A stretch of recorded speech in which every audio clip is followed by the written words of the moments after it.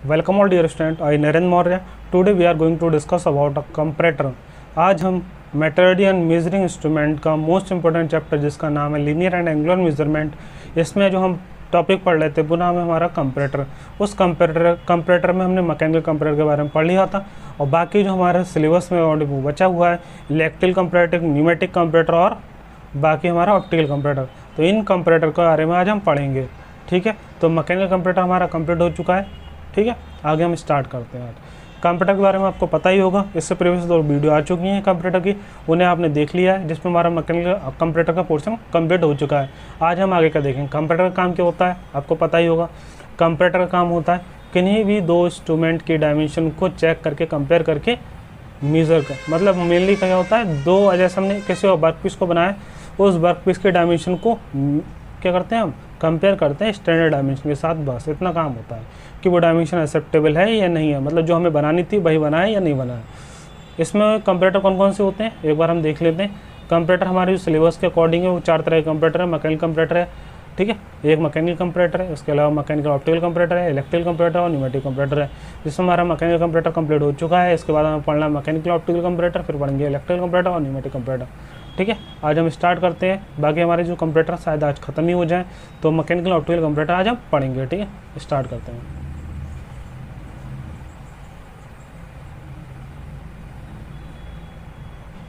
Mechanical optical comparator की बात करते हैं। ठीक है, ये हमारा मैकेनिकल ऑप्टिकल। सबसे पहले हम देखेंगे यहाँ पर working principle of optical comparator. Optical comparator का वर्किंग प्रिंसिपल देख लेते हैं, किस प्रिंसिपल पे ये वर्क करता है। नॉर्मली अगर हम बात करें, जैसे कि आपको डायग्राम में यहाँ पे दिख रहा है, डायग्राम में अगर हम बात करें ये होता है किस प्रिंसिपल वर्क करेगा, रिफ्लेक्टिंग ऑफ रे पर ही काम करता है। ये कैसे काम करेगा एक बार ये देख लेते हैं। ठीक है, जैसे कि आपने देख रहा है यहाँ पे क्या फ्लैट मिरर है। इस फ्लैट मिरर पे मान लो हमने फ्लैट मिरर पे जो हमने लाइट डाली, वो लाइट कौन सी है, यहाँ पे लाइट सोर्स डाला। उस लाइट सोर्स को जिस एंगल पे हम डालते हैं, जिस एंगल पर वो क्या करती है, एंटर होती है फ्लैट मिरर पे, उसी एंगल पर ये रिफ्लेक्टेड हो जाती है। ठीक है, इस मतलब लाइट जो हमने फ्लैट मिरर पे जिस एंगल पे वर्टिकल के साथ जो इस एंगल पर वो इंसिडेंट होगी, उसी एंगल पर क्या हो जाएगी, वो रिफ्लेक्ट हो जाएगी। और जब वो रिफ्लेक्ट होगी तो रिफ्लेक्ट होते समय उससे स्केल पर एक पॉइंट पर वो रीडिंग को शो करेगा। उस रीडिंग को हम क्या कर लेंगे, यहाँ पे नोट कर लेंगे। इसी तरह से मान लो हमारा इंसिडेंट एंगल बार बार चेंज होता है, तो हमारा क्या होगा, रिफ्लेक्टेड एंगल भी क्या होगा, बार बार चेंज होगा। तो इसी तरह से जब वो जिस एंगल पर गिरेगी उसी एंगल पर क्या होगी, वो रिफ्लेक्ट होगी। तो जो चेंजेस आएंगे उसी चेंजेस के आधार पर हम उसकी रीडिंग को देख कर उसमें हम कंपेयर कर लेंगे। ठीक है, तो इसमें क्या रखते हैं, किस प्रिंसिपल पे ये वर्क करता है, रिफ्लेक्शन ऑफ लाइट के रिफ्लेक्शन के प्रिंसिपल पर ये वर्क करता है। किसी भी फ्लैट मिरर पे, अगर मान लो कोई फ्लैट मिरर है, इस फ्लैट मिरर पे जिस एंगल पे हम लाइट को इंसिडेंट करेंगे उसी एंगल पे क्योंकि रिफ्लेक्ट होगी। अगर मान लो फ्लैट मिरर हमारा हल्का तिरछा हो जाता है, तब वो जो रिफ्लेक्ट होगी मतलब इंसिडेंट होगी, तो इंसिडेंट होगी मान लो ये हुई है, तो उसके जैसे यहाँ पर अगर बात करें, तो अगर मान लो ये मिरर क्या है, बिल्कुल फ्लैट है, तो उसके परपेंडिकुलर के साथ जिस एंगल पर वो इंसिडेंट होगी उस एंगल पर वो रिफ्लेक्ट हो जाएगी। लेकिन अगर मान लो हमारा क्या ये वाला मिरर किसी एंगल पे क्या हो गया, हल्का सा तिरछा हो गया, देखो आप तिरछा हो गया, किस एंगल पे ये इंक्लाइंड है, अल्फा कोण पर झुका हुआ है, क्षैतिज के साथ अल्फा कोण पर। तो जब भी ऐसा होता है, तो जब लाइट हमारी इंसिडेंट होगी और जो रिफ्लेक्ट होगी, तो इंसिडेंट और रिफ्लेक्ट में चेंजेस आ जाता है। कैसे चेंज आता है, अगर मान लो अल्फा कोण पे झुकी हुई है तो जो रिफ्लेक्टिंग कोण होगा वो 2 अल्फा हो जाएगा। मतलब जब हमारा मिरर फ्लैट मिरर अल्फा कोण पर क्षैतिज के साथ झुका हुआ है, तो जो रिफ्लेक्टिंग एंगल हो जाएगा वो कितना हो जाएगा, डबल हो जाएगा, 2 अल्फा हो जाएगा इस कंडीशन में। ठीक है, इस कंडीशन में आपको ये चीज़ याद रखनी है। तो उसी आधार पे हम इसका करेंगे, जो भी रीडिंग होगी वो रीडिंग स्केल पे शो कर देगा, और स्केल पर रीडिंग को नोट करके हम दोनों वैल्यू को कंपेयर कर लेंगे। ठीक है, डायमेंशन चेंज आता है, वो देख लेते हैं। प्रिंसिपल की बात हो गई, आगे देख लेते हैं। मैकेनिकल ऑप्टिकल कंप्यूटर का यहाँ पे डायग्राम दिया हुआ है। ठीक है, ये भी हमारा मैकेनिकल ऑप्टिकल कंप्यूटर, ये भी। ठीक है, अगर हम बात करें यहाँ पे मैकेनिकल ऑप्टिकल कंप्यूटर में, इसमें वर्किंग के बारे में दिया है, एक बार इसे देख लेते हैं। ठीक है, मैकेनिकल ऑप्टिकल कंप्यूटर क्या होता है, mechanical optical computer consist of plunger होता है इसमें, which is attach with lever lever के साथ अटैच होता है, and a mirror on which the light strike from the source. मतलब हमारा जो हमारा प्लंजर वाला पार्ट है, ये वाला प्लंजर वाला पार्ट किसके से कनेक्टेड है, यहाँ पे लीवर से कनेक्टेड है, ठीक है। और जो लीवर का एक एंड किससे कनेक्टेड है, यहाँ पर मिरर से कनेक्टेड है, ठीक है।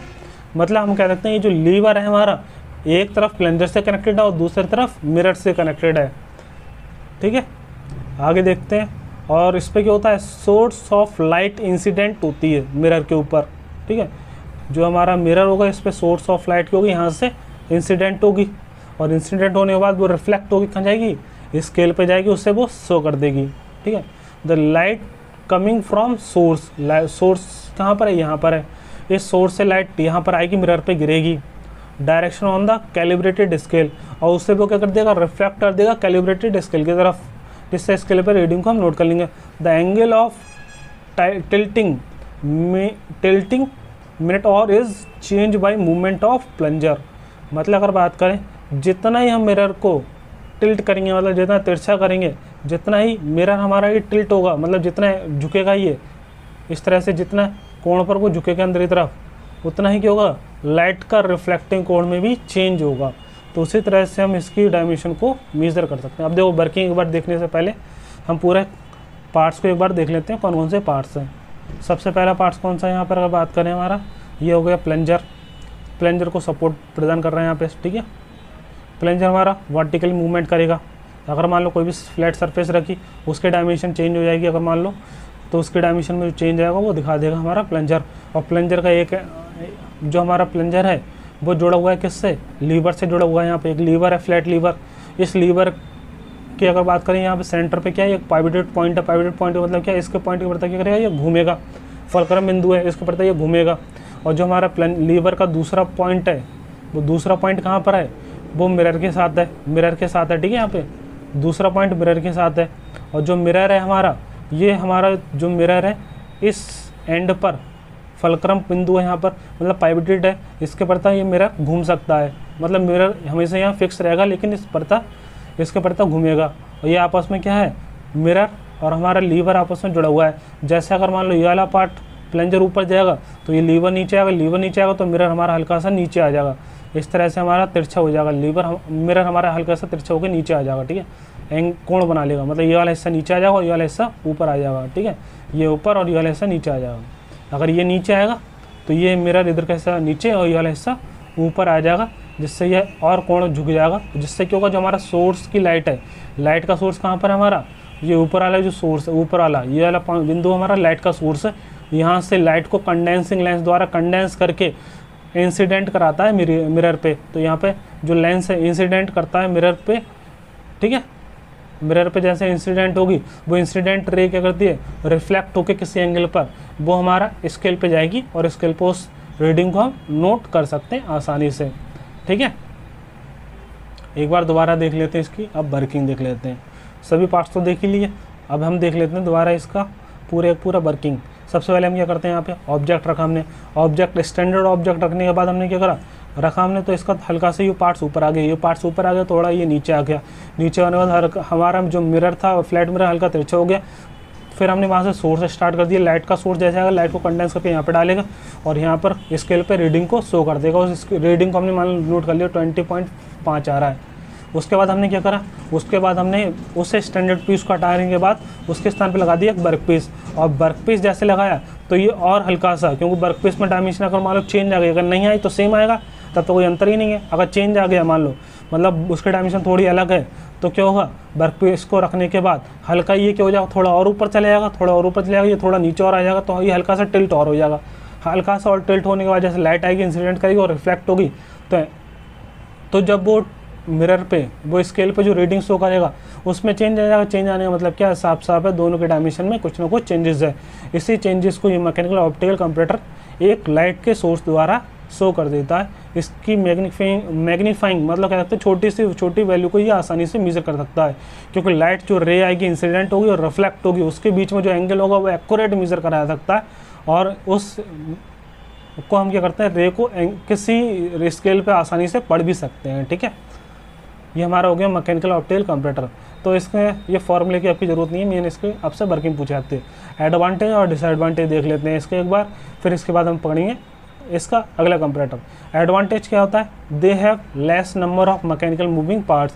इसमें जो मूविंग पार्ट्स क्या होगा, कम होगा मैकेनिकल, क्योंकि जितना मैकेनिकल मूविंग पार्ट्स ज़्यादा होंगे उतना ही क्या होगा, उसकी एक्यूरेसी कम हो जाती है, फ्रैक्शनल लॉसेस बढ़ जाते हैं। तो इसका सबसे बड़ा एडवांटेज यही हो गया, less number of mechanical parts, hence less fraction क्या होता है, कम हो जाता है। दूसरा क्या, the scale can be made to move past a datum line and those have high range and no parallax. अगर बात करें इसमें ज़्यादा रीडिंग आसानी से हम मेज़र कर सकते हैं, मतलब कह सकते हैं हम ज़्यादा हाइट और ज़्यादा मोटाई वगैरह आसानी से मेज़र कर सकते हैं, ठीक है। दे हैव हाई मैग्नीफिकेशन, मतलब मैग्नीफाई आसानी से हाई हो जाता है, क्योंकि इसमें रे यूज़ हो रही है, तो लाइट रे यूज़ होने के कारण क्या होता है, आसानी से ये मैग्नीफाई करके उस छोटी से छोटी वैल्यू को आसानी से दिखा सकता है। दे स्केल इज ऑप्टिकल, ठीक है। Comparators illuminated and hence enable reading to take in irrespective of room lighting condition। Room lighting condition में हम क्या कर सकते हैं, इसका यूज़ कर सकते हैं। डिसएडवांटेज क्या होता है, they required the light source का रिक्वायरमेंट चाहिए होता है इसका। डिसएडवांटेज हो गया दूसरा है, the comparator is usually large and expensive. इसमें लाइट का यूज़ हो रहा है, इसलिए क्या होता है, ये इसका कॉस्ट क्या होती है, एक्सपेंसिव होती है। लेंस वगैरह इसमें जो यूज़ होते हैं वो भी उसके कॉस्ट हाई होती है, इसलिए थोड़ा महंगा होता है, ठीक है। तीसरा पार्ट है हमारा, तीसरा disadvantage, when the scale is projected on a screen then it is necessary to use this instrument in a dark room in order to take reading easily. मतलब नॉर्मली अगर बात करें इसकी रीडिंग को अगर लेना है आपको साफ तो आपको डार्क रूम में इसका यूज़ करा जाता है रीडिंग को पढ़ने के लिए, ठीक है। The instrument is inconvenient, mainly अगर बात करें नेक्स्ट एडवांटेज हो जाएगा, ये हमारा जो इंस्ट्रूमेंट होता है हाई क्वालिफाइड कह सकते हैं वर्कर चाहिए होते हैं इसके लिए, जो अच्छे से स्किल्ड हो, स्किल पर्सन चाहिए होते हैं इसके लिए, ठीक है। आगे हम देखते हैं नेक्स्ट कंपैरेटर। नेक्स्ट कंपैरेटर कौन सा हमारा, इलेक्ट्रिकल कंपैरेटर। इलेक्ट्रिकल कंपैरेटर के बारे में हम देख लेते हैं। इलेक्ट्रिकल कंपैरेटर में कौन कौन से पार्ट्स होते हैं, इसके वर्किंग देखेंगे फिर, ठीक है। अगर बात करें इलेक्ट्रिकल कंपैरेटर में जो सबसे मेन पार्ट्स होता है वो होता है हमारा आर्मेचर कोर। आर्मेचर कोर के बारे में पढ़ा होगा, तो जो हमारा बीच वाला पार्ट्स है इसमें, ये क्या होता है, हमारा आर्मेचर कोर होता है, ठीक है, ये वाला पार्ट्स। और यहाँ पर आप देख रहे हैं जो भी डिस्प्लेसमेंट होता है, अगर बात करें आर्मेचर जो होता है, आर्मेचर हमारे जुड़ा होता है प्लंजर द्वारा कनेक्टेड होता है। जैसे प्लंजर में कोई भी चेंजेस आते हैं तो प्लंजर के जो चेंजेस होता है उस चेंजेस को ये आर्मेचर पर ट्रांसफ़र कर देते हैं। और इस आर्मेचर कोर की अगर हम बात करें, उसी तरह से मोशन होता है, और जब मोशन में चेंजेस आ जाते हैं आर्मेचर के, तो यहाँ पर आप देख रहे हैं यहाँ पे क्या बनी हुई है, ये ऊपर वाला देखिए आप, सेकेंडरी वाइंडिंग है ऊपर, और नीचे क्या है, प्राइमरी वाइंडिंग।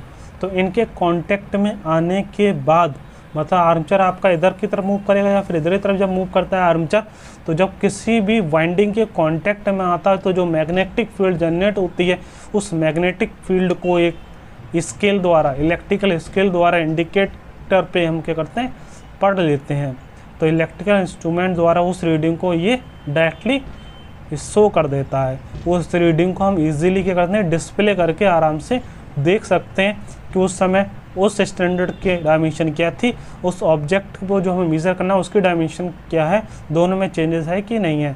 तो जो आर्मेचर होता है हमारा, जब प्राइमरी और सेकेंडरी कॉइल के बीच में जब वो डिफ़र करता है, ये मूवमेंट करता है, तो उस मूवमेंट के कारण ही उसमें क्या होता है, रीडिंग में चेंजेस आता है। उन रीडिंग को वो क्या कर देता है, हमें शो कर देता है इलेक्ट्रिकल इंडिकेटर द्वारा, इजीली हम पढ़ सकते हैं उसे।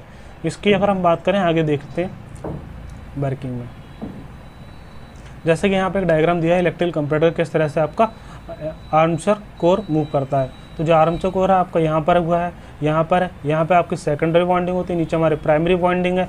तो प्राइमरी वाइंडिंग और सेकेंडरी वाइंडिंग में हमारा आर्मेचर इस तरह से मूवमेंट करता है, इस तरह से मतलब आगे पीछे गति करेगा यहाँ पर, और आगे पीछे जैसे गति करेगा उसके कारण वो चेंजेस आ जाएंगे। मान लो इधर या फिर इधर गति करेगा, मान लो इधर आ गया या फिर इधर आ गया, तो जब वो इधर या फिर उधर मूवमेंट करता है तो उसी में जो कॉइल होती है हमारी वाइंडिंग होती है, उन बाइंडिंग में चेंज हो जाता है। मतलब वो कभी सेकेंडरी वाइंडिंग के जैसे E2 में कांटेक्ट में आ गया मान लो, तो उसी तरह से जैसे बाइंडिंग के कॉन्टैक्ट में आता जाएगा, उसी तरह से रीडिंग में भी चेंजेस आता जाएगा। उन रीडिंग में चेंजेस को आसानी से पढ़ सकते हैं। ठीक है, अब देखते हैं यहाँ पे इलेक्ट्रिकल कंप्यूटर के एडवांटेज डिसएडवांटेज और वर्किंग की बात करते हैं यहाँ पर। ठीक है, इलेक्ट्रिकल कंप्यूटर यहाँ पे दिया हुआ है। तो इलेक्ट्रिकल कंप्यूटर की अगर हम बात करें यहाँ पे एडवांटेज क्या होता है, few number of moving parts, the electrical and electronics component have few number of moving parts and there is less friction and wear. हमारा जो एडवांटेज है इसका इलेक्ट्रिकल कंप्यूटर का सबसे बड़ा एडवांटेज, सबसे बढ़िया एडवांटेज ये है, इसमें नंबर ऑफ मूविंग पार्ट्स के होते हैं कम से कम होते हैं, फ्रैक्शनल लॉसेस नहीं होते हैं, जिससे आपको एक्यूरेटली रीडिंग को हम नोट कर सकते हैं। इसका सेकंड एडवांटेज है हाई मैग्नीफिकेशन, मैग्नीफिकेशन इसका क्या होता है, हाई होता है। थर्ड है the not sensitive to vibration, the mechanical carrying the pointer is very light and not sensitive to vibration. मतलब हमारा जो पॉइंटर होता है, पॉइंटर पे कोई वाइब्रेशन का कोई भी इफेक्ट नहीं होता है। ठीक है, अगला है हमारा, क्योंकि यहाँ पॉइंटर होता ही नहीं है, पॉइंटर नहीं होता है इसलिए होता है इसमें कोई भी, जब पॉइंटर ही नहीं होगा तो इसमें किसी तरह से कोई भी वाइब्रेशन का कोई भी इफेक्ट नहीं होगा। ठीक है, ईजी टू सेटअप, इससे आसानी से क्या कर सकते हैं, सेटअप कर सकते हैं कहीं पर। Less error due to sliding fraction, sliding fraction की वजह से इसमें क्या होता है, एसी जो सप्लाई दी जाती है उसकी वजह से क्या होता है, बहुत कम फ्रैक्शन लॉसेस होते हैं। द इंस्ट्रूमेंट इज़ स्मॉल और एंड कॉम्पैक्ट, आसानी से इसे एक जगह से दूसरी जगह लाया जा सकता है और स्मॉल होता है, दिखने में भी छोटा होता है। The indicating instrument need be place close to the measuring unit, close होता है ये पूरी तरह से। ठीक है, डिसएडवांटेज क्या होता है, the fluctuation in the voltage, voltage में जो फ्लक्चुएशन होगा तो उसमें रीडिंग में भी चेंजेस आ जाएंगे। हीटिंग ऑफ कॉइल, जब इलेक्ट्रिक सप्लाई देते हैं तो कॉइल क्या होता है, कई बार हीटअप हो जाती है। When measuring unit is a remote from the indicating unit, जो हमारा पूरा प्रोसेस होता है वो ऑटोमेटिक होता है, एक तरह से कई बार क्या होती है इसमें प्रॉब्लम आ जाती है। The cost is generally more than mechanical computer, इसकी कॉस्ट क्या होती है, हाई होती है। If only a fix scale is use with a moving pointer, then with high magnification of very small range is obtained। अगर हम क्या करते हैं, only a fix scale is use, सिर्फ एक फिक्स स्केल यूज़ करते हैं तो इससे ये होती है बहुत लिमिटेड कह सकते हैं, या फिर कह सकते हैं बहुत ही कम मैग्नीफाई करके वैल्यू को मेजर करते हैं, मतलब बहुत ज़्यादा सेंसिटिव नहीं होता है। इससे अगर बात करें ओरिजिनल डायग्राम कुछ इस तरह से होता है इसका, इस तरह से आप डायग्राम बना सकते हैं इसका। तो ये हमारा डायग्राम किसका है, यह है इलेक्ट्रिकल कंपैरेटर का। इलेक्ट्रिकल कंपैरेटर की अगर बात करें यहाँ पे इस तरह की कई सारी कॉइलें आपस में जुड़ी होती हैं।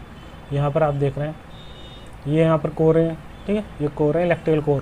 ठीक है, तो यहाँ पे कोर एट सेंटर है, core at right, core at left होने पर अगर मान लो क्या चेंजेस आएगा तो एक बार ये देख लेते हैं। अगर हम बात करें हमारा ये वाला कौन सी कोर है, सेंटर वाली है, ये राइट वाली है और ये लेफ्ट वाली है। और यहाँ पर आप देख रहे हैं अंदर तरफ क्या है, ये आर्मचर है। आर्मचर क्या होगा, आगे पीछे गति करेगा, तो जब आगे पीछे वो गति करेगा आर्मचर तो कभी इसके कांटेक्ट में आएगा, कभी इसके कांटेक्ट में आएगा, कभी इसके कांटेक्ट में आएगा। और यहाँ पे क्या होगी, इलेक्ट्रिक फील्ड जनरेट होगी, तो हर बार इलेक्ट्रिक फील्ड में कुछ ना कुछ चेंजेस आते रहेंगे। तो जब जो चेंजेस आते हैं उसी चेंजेस के आधार पर हम आसानी से उससे कंपेयर कर लेते हैं कि हमारे जो डायमेंशन है उसमें कुछ ना कुछ फ़र्क आया है। तो ये आपका इलेक्ट्रिकल कंपैरेटर का डायग्राम आप ये वाला बना सकते हैं। ठीक है, क्योंकि इसमें कोई भी पॉइंटर वगैरह होता ही नहीं है, डायरेक्ट आपको स्केल जो आप मेज़र करते हैं आर्मचर का कांटेक्ट होता है, यहाँ पे इलेक्ट्रिकल कॉइल होती है और डायरेक्ट उनके कांटेक्ट के आने के बाद क्या होता है, अलग अलग चेंजेस आते रहते हैं। कभी क्या होता है आपका जो भी चेंजेस आते हैं उन्हीं चेंजेस के जरिए हम क्या करते हैं, पता कर लेते हैं कोई भी चेंज आ रहा है कि नहीं आ रहा। ठीक है, आगे देखते हैं इसे। इलेक्ट्रिकल कंपैरेटर के बाद हमारा जो अगला कंपैरेटर है वो है न्यूमेटिक कंपैरेटर। न्यूमेटिक कंपैरेटर क्यों, इस कंपैरेटर की खास बात ये है इसमें हम न्यूमेटिकली ऑपरेटेड करते हैं, इससे मतलब एयर द्वारा ये ऑपरेटेड होता है। न्यूमेटिक कंपैरेटर का मेनली यूज़ कराता है किसी भी डिवाइस के इंटरनल डायमेंशन को चेक करने के लिए, या फिर इंटरनल फ्लैटनेस को चेक करने के लिए, या फिर कहते हैं इंटरनल डायमीटर को चेक करने के लिए। मतलब किसी भी डिवाइस की आपको डेप्थ चेक करना है, उसकी फ्लैटनेस को चेक करना है, किसी के अंतः फ्लैटनेस को चेक करना है, या फिर इंटरनल डायमीटर को चेक करना है, तो मेनली हम उसका यूज़ करते हैं न्यूमेटिक कंपैरेटर। मतलब मेनली इसी काम के लिए हम न्यूमेटिक कंपैरेटर का यूज़ करते हैं। इसमें हम एयर का यूज़ करके हम प्रेशर में डिफरेंस जनरेट करते हैं, उसी आधार पे हम क्या करते हैं, इसका मेजर करते हैं। मेनली प्रिंसिपल की अगर बात करें, इसके प्रिंसिपल क्या होता है, डिफरेंस ऑफ प्रेशर, मतलब प्रेशर में जो डिफरेंस आता है उसी को प्रेशर के डिफरेंस को ही मेजर करके हम आसानी से कंपेयर कर लेते हैं। तो देखते हैं इसकी वर्किंग वगैरह देखते हैं। सबसे पहले देखते हैं न्यूमेटिक कंपैरेटर के बारे में। When air passes through the narrow constant space between nozzle and the workpiece. The pressure of air remains constant. If the space between nozzle and working change, it causes change in the pressure of the air. This change in the pressure is utilized to measure the deviation of the dimension being measured from the standard deviation. ठीक है, अब देखो एक बार समझ लेते हैं इसे, working हम देख लेते हैं क्या क्या होता है। पहले पार्ट से देख लेते हैं कौन कौन से होता है। यहाँ पे आप देख रहे हैं ये क्या होता है, कंप्रेसर होता है। कंप्रेसर जैसे एयर हम डलवाने जाते हैं, मान लो साइकिल या बाइक में जब एयर डलवाने जाते हैं तो जो एयर डब डालता है तो जिस पाइप से डालता है वो पाइप कहाँ पे कनेक्ट होता है, कंप्रेसर पे। उस सिलेंडर को हम कहते हैं कंप्रेसर, उसके अंदर एयर को कंप्रेस करके रखा जाता है। तो इसी तरह से ये क्या है, एयर का कंप्रेसर है। यहाँ पर एयर को कंप्रेस करके यहाँ से उत्पन्न करते हैं, एयर जनरेट करते हैं। तो यहाँ पर ये क्या है, एयर कंप्रेसर है, कंप्रेसर। ठीक है, यहाँ से हम एयर को उत्पन्न करेंगे। यहाँ पे ये एयर फिल्टर, ये एयर को क्या करता है, फिल्टर करता है। यहाँ पर अगर बात करें, यहाँ पे क्या है, वर्टिकल सिलेंडर है। ये वाला जो पार्ट्स हमारा क्या है, वर्टिकल सिलेंडर है। वर्टिकल सिलेंडर के अंदर अगर बात करें, वाटर भरा हुआ है इसमें। ठीक है, इसमें वाटर भरा हुआ है। और यहाँ पर ये वाला जो आप देख रहे हैं, यहाँ पर एक मैनोमीटर लगा हुआ है। ये हमारा एक मैनोमीटर लगा हुआ है, यहाँ पर सिंपल मैनोमीटर है यहाँ पर। ठीक है, यहाँ पर एक सिंपल मैनोमीटर लगा हुआ है। ठीक है, और अगर बात करें यहाँ पर मैनोमीटर के बाद देखते हैं यहाँ पे क्या क्या है। ठीक है, ठीक है, आगे देखते हैं इसी तरह से हम। अगर हम बात करें इसमें और कौन कौन से पार्ट्स हैं, ये आप देख रहे हैं ऑरिफिस होता है यहाँ पर हमारे एक ऑरिफिस होता है। ऑरिफिस क्या होता है, कोई भी एक आपने पढ़ा हो हाइड्रोलिक्स में एक छेद होता है, यह ऑरिफिस होता है यहाँ पे बीच में। ठीक है, आपको दिख रहा है हल्का सा इस तरह से पाइप के अंदर बना हुआ है। तो कोई पाइप के अंदर का हिस्सा इस तरह से बना होता है, उसे हम उस पोर्शन को छोटे से हिस्से को गोल आकार का होता है, उसे हम ऑरिफिस कहते हैं। ये हमारा कंट्रोल ऑरिफिस है। कंट्रोल ऑरिफिस का सिर्फ यहाँ पे इतना काम है, कंट्रोल अमाउंट में होता है, एयर को आगे भेजता है। एयर को आगे उतना ही भेजता है जितनी ज़रूरत होती है। ठीक है, यहाँ पर एयर आएगी। एयर आने के बाद यहाँ पर देख रहे हैं आप, यहाँ पर जो आपने पोर्शन देख रहे हैं बीच वाला, ये हमारा वर्क पीस होगा। वर्क पीस जिसकी चेक करना है हमें डायमेंशन, ये वर्क पीस है जिसकी डायमेंशन चेक करना है। और जो बीच वाला पार्ट्स है ये हमारा क्या, मेजरिंग जेट ऑफ नोजल होता है। यहाँ पे क्या होता है, इधर की तरफ और इधर की तरफ नोजल लगी होती है। जो नोजल होती है तो जो एयर यहाँ से आ रही है वो एयर इधर से भी निकलेगी, इधर से भी निकलेगी। और निकलने के बाद वो सरफेस से इधर वाली सरफेस से टकराएगी, और टकराने के बाद जो प्रेशर जनरेट होगा उस प्रेशर को यहाँ पे शो कर दिया था। उस प्रेशर को हम मीज़र कर लेते हैं, उसे नोट करके आसानी से फिर हम क्या करते हैं, एक वर्कपीस को रख के उसका डायमेंशन चेक करते हैं। प्रेशर में अगर मान लो डिफरेंस आता है, इसका मतलब क्या है, दोनों के डायमेंशन में कुछ ना कुछ चेंज है। अगर मान लो दोनों के प्रेशर रीडिंग दोनों सेम आते हैं यहाँ पर, इसका मतलब क्या है, दोनों के डायमेंशन सेम है। क्योंकि अगर मान लो कोई भी हमारा अंतः सिलेंडर है और यहाँ पर हमने कोई भी मान लो ऑब्जेक्ट लगा दिया जिससे एयर पास आउट हो रही है, पास होके इधर की तरफ टकरा रही है, इधर की तरफ इधर की तरफ। अगर मान लो बीच की डिस्टेंस जितनी ज़्यादा होगी, बीच की डिस्टेंस उतना एयर का प्रेशर कम होगा, और जितने पास में होगा उतना एयर का प्रेशर ज़्यादा होगा। तो एयर के प्रेशर के डिफरेंस को ही हम क्या करते हैं, यहाँ पर चेक कर लेते हैं, और उसका प्रेशर का डिफरेंस को मीज़र करके हम आसानी से कंपेयर कर लेते हैं। ठीक है, तो यहाँ पर आप वर्किंग को देख लेते हैं एक बार। सभी पार्ट से देख लिया हमने। ठीक है, यहाँ पर एक पार्ट और देखिए हमारा, कौन सा है ये हमारा बीच में जो एयर सप्लाई हो रही है, ये पूरा पार्ट कहलाता है फ्लेक्सिबल पाइप। ठीक है, फ्लेक्सिबल पाइप। अब देखते हैं यहाँ इसकी वर्किंग क्या होती है। सबसे पहले हमारा जो कंप्रेसर होता है, इस कंप्रेसर काम होता है एयर को कंप्रेस करके जनरेट करना। एयर जो हमारी बनती है यहाँ पर, उस एयर को हम यहाँ पे आगे भेज देते हैं एयर फिल्टर द्वारा, फिल्टर करके। फिल्टर करने से क्या होता है, एयर छन जाती है, और छनने के बाद जब एयर यहाँ से आती है तो एयर का कुछ अमाउंट यहाँ पर आता है, कुछ अमाउंट इधर जाता है। यहाँ पर आगे की तरफ जो एयर जा रही है वो उससे हम ऑरिफिस से पास करते हुए जाते हैं, जिससे जितनी अमाउंट ऑफ एयर की आगे ज़रूरत है उतनी एयर भेजता है। मतलब कंट्रोल अमाउंट में एयर जाती है, ना बहुत ज़्यादा ना बहुत कम, मतलब कंटिन्यूसली जितनी एयर की सप्लाई करनी होती है उतनी आगे जाती है। तो यहाँ से कंट्रोल ऑरिफिस से आगे की तरफ एयर सप्लाई होती है। यहाँ पर एयर यहाँ पर आएगी, और यहाँ पर जो एयर आ रही है उससे क्या होता है, यहाँ पे एयर पे यहाँ पर अंदर भरा हुआ जो वाटर होता है वो प्रेस होता है। प्रेस होने के बाद हल्का इस पर चढ़ जाता है, और चढ़ने के बाद क्या होता है, मैनोमीटर पे एक स्केल लगा हुआ है। देखो मैनोमीटर पे ये स्केल लगा हुआ है, इस स्केल द्वारा हम रीडिंग नोट कर लेते हैं। ठीक है, अब जब यहाँ से एयर पास होती है, पास होने के बाद यहाँ से नोजल से निकल के जो हमारा यहाँ पे स्टैंडर्ड पीस रखा है, स्टैंडर्ड पीस से टकराती है, और टकराने के बाद उस समय जो प्रेशर जनरेट होगा, उस प्रेशर जनरेट होने के बाद उस प्रेशर के कारण ही क्या होता है, यहाँ पर हम जो रीडिंग जनरेट होती है उस रीडिंग का मान लिख लेते हैं। मान लो 10.5 आ गया। ठीक है, फिर हम बाद में क्या कर देते हैं, बाद में स्टैंडर्ड पीस को हटा के हम वर्कपीस लगा देते हैं, और वर्कपीस लगाने के बाद सेम यही प्रोसेस करते हैं। एयर कंप्रेसर से एयर जनरेट करके, एयर फिल्टर से फिल्टर करके, यहाँ से एयर कंट्रोल ऑरिफिस से आगे जाती है, आगे जाने के बाद नोजल से टकरा के चारों तरफ वर्कपीस के अंदर सतह फैल जाती है और प्रेशर जनरेट करती है। उस प्रेशर को फिर दोबारा से हम क्या करते हैं, इस मैनोमीटर पर नोट कर लेते हैं। अगर मान लो उसका प्रेशर क्या आ गया, 11 आ रहा है और हमारा ओरिजिनल प्रेशर आ रहा था 10.2, तो प्रेशर में जो डिफरेंस आ रहा है वो हमें ये शो कर रहा है कि दोनों के इंटरनल डायमेंशन में कुछ चेंजेस है। चेंजेस का मतलब क्या है, दोनों हमारे सिमिलर नहीं है। सिमिलर नहीं है तो उस ऑब्जेक्ट को एक्सेप्ट नहीं करेगा, मतलब उसके डायमेंशन को हम एक्सेप्ट नहीं कर सकते, ठीक है। तो ये हमारा न्यूमेटिक कंपैरेटर होगा। इस तरह से न्यूमेटिक कंपैरेटर हमारा कंपेयर कर लेता है।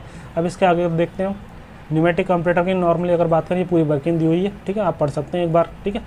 न्यूमेटिक कंपैरेटर का हमारा एडवांटेज और डिसएडवांटेज दिए हुए हैं। एडवांटेज और डिसएडवांटेज एक बार देख लेते हैं। तो न्यूमेटिक कंपैरेटर की बात करें, एडवांटेज सबसे बड़ा क्या हो जाएगा, it is possible to obtain high degree of magnification, मतलब बहुत ज़्यादा मैग्नीफाई करके आसानी से हम इससे रीडिंग को नोट कर लेते हैं। मैग्नीफाई कितना कर लेता है, 30,000/1, 30,000/1, मतलब ये क्या करता है, बहुत ज़्यादा वैल्यू को मैग्नीफाई कर सकता है ये, ठीक है। तो रीडिंग को आसानी से ये मैग्नीफाई करके शो करता है। तो इसका मैग्नीफिकेशन कितना है, आप देख सकते हैं यहाँ पे कितना, ये है 30,000/1 है, ठीक है। आगे देखें, it is possible to obtain high degree of magnification, मतलब अगर मान लो किसी वस्तु का मान है 1 mm, तो ये आसानी से उसे बड़ा करके 30,000 mm तक दिखा सकता है। मतलब बहुत हाई एक्यूरेसी के साथ हम किसी वस्तु की डायमेंशन को इससे मेज़र कर सकते हैं विद एक्यूरेसी के साथ। सेकंड इसका एडवांटेज है, the gauging member does not come in contact with the part he measure and hence partially no wear takes place on gauge member. तो जो गेज होता है, इसमें हमारा गेज था हमारा जो, तो उस गेज में कोई भी पार्शली कह सकते हैं किसी भी तरह का टेयर वियर मतलब टूट फूट नहीं होती है।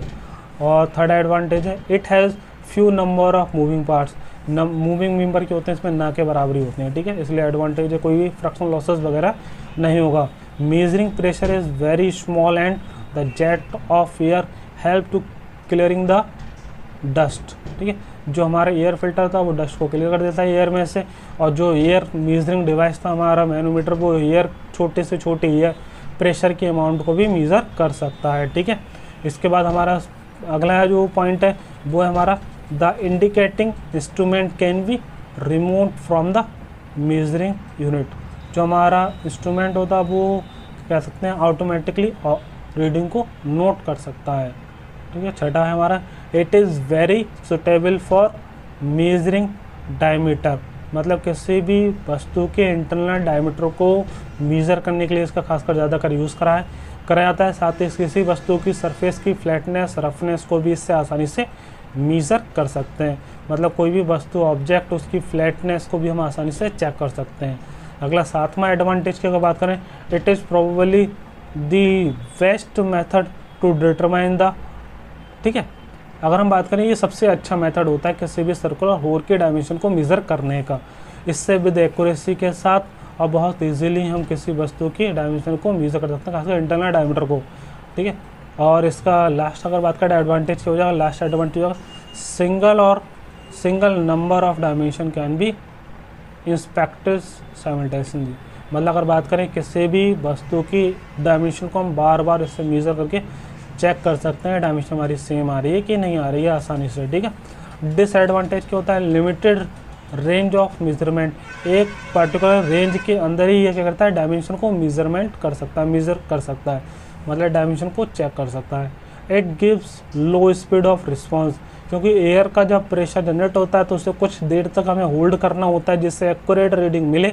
इसके कारण क्या होता है, कुछ उसमें टाइम लग जाता है, क्योंकि जो एयर जब निकल रही है न्यूज़ल से तो टकरा रही है किसी सरफेस से, तो टकराते समय क्या होता है, जब वो टकरा रही है तो टकराते समय हम तुरंत रीडिंग नोट नहीं कर लेते हैं, क्योंकि प्रेशर का जो सप्लाई होता है थोड़ा बहुत फ्लक्चुएशन शुरू में होता है, लेकिन बाद में जब क्या होता है थोड़ी देर बाद वो एक्यूरेट सुटेबल हो जाता है, एक पॉइंट पे सुटेबल हो जाता है, एक पॉइंट पे कहते हैं फ्लक्चुएशन उसका बंद हो जाता है, तब हम उसकी रीडिंग का नोट करते हैं, तो उसमें टाइम थोड़ा ज़्यादा लग जाता है इस चीज़ में, ठीक है।